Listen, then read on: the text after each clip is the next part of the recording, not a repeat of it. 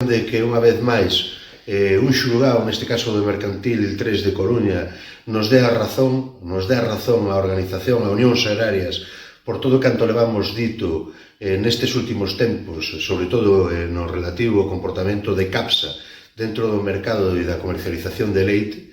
En ese sentido, e como decía, a satisfacción xa non por esta sentencia, sino polas dúas anteriores, tanto en primeira como segunda instancia pola vía civil, esa demanda que nos ten presentado CAPSA e que está resolta, polo tanto, e que xa é firme, e esta nova sentencia que ratifica que todo aquilo que canto dixemos e fixemos nestes últimos tempos en relación ao comportamento de CAPSA dentro do mercado e dos contratos e da relación cos gandeiros é absolutamente certo e é verdad.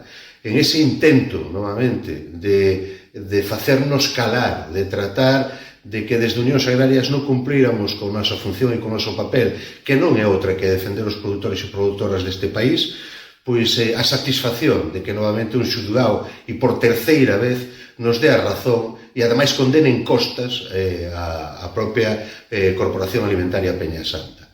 Decir que estou absolutamente convencido de que sin que en tomas decisións dentro da Corporación Alimentaria de CAPSA tivera que asumir os costes de todos estes procesos, é máis que probable que o pensaría dúas veces e que desde logo non tomaría decisións que perxudican gravemente a... Estamos logrando cambiar ese concepto de que nos dan subvencións.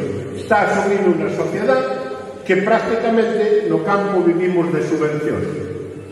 E se hai un sector que explica que non son subvencións é o sector da carne. Cando se pagaba un kilo de carne a 4,20, a 4,30 e costaba producirlo, según a administración, 7 euros, eses 3 euros de diferencia era o que compensaba esa axuda. Por lo tanto, para poder vender un kilo de carne a 4,30 e poderlo comprar na carnicería ao consumidor a 7,20, era onde estaba precisamente esa axuda. A quen beneficiaba a axuda?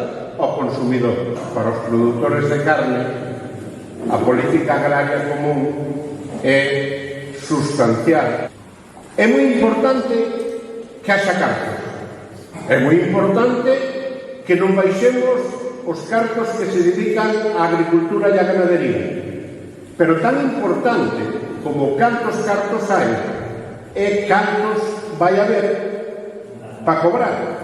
Por lo tanto, o primeiro que tamén temos que traballar é que consideramos que ten dereito a cobrar a PAC. E todos, como dicía ben un compañeiro, empecemos por definir que é o que entendemos por agricultor, por gandeiro, a efectos que o que teñamos para repartir vaya a aqueles que viven no pueblo, que traballan no pueblo, que teñen os ingresos derivados da agricultura e probablemente, con menos cartos, todos os que estades aquí toquedes a máis. Outra cousa que parece tamén importante, que levamos pedindo moito tempo, é que por fin agora parece que están dispostos a falar dela, é cando establecemos o teito do que pode cobrar unha explotación. Estou falando de colocar o teito nos 100.000 euros. Non estábamos falando xa de 60.000, nos parecía moito, polo tanto, canto máis baixemos o máximo que pode cobrar un perceptor, máis chegará para comer para todos. Sempre se di, o que quere comer á parte, é porque Galicia, desde a época Fraga, leva destinado máis de 4.000 millóns de euros a comprar e manter dispositivos de loita contra o lume. E un ano sí, e outro tamén, demóstrase que os incendios se apagan cando chove. E non hai incendios si hai mal tempo, pero cando ven bo tempo e ven o vento, demóstrase que donde non hai actividade agrogandeira non é posible atacar os incendios. Por lo tanto, si 4.000 millóns de euros en loita contra o incendio trae como consecuencia que cada vez hai menos lumes, pero máis grandes, tenemos que atacar o primeiro dos problemas. O primeiro dos problemas é que temos máis de 4.000 núcleos de población donde vive ninguna persona ou unha. Neses 4.000 núcleos de población, o problema de prevención de casas non se arregla mandándolle unha carta ao xubilado de 60 anos dicíndolle que ten que rozar e limpiar ese monte.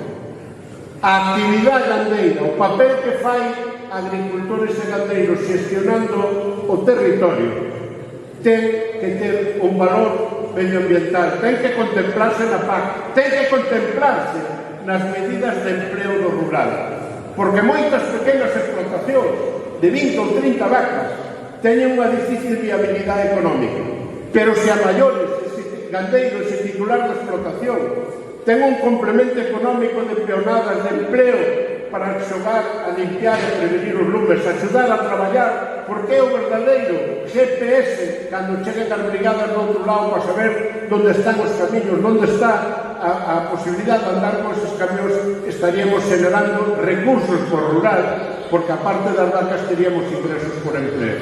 Estamos no momento de poder exigir ese papel e de cobrar esos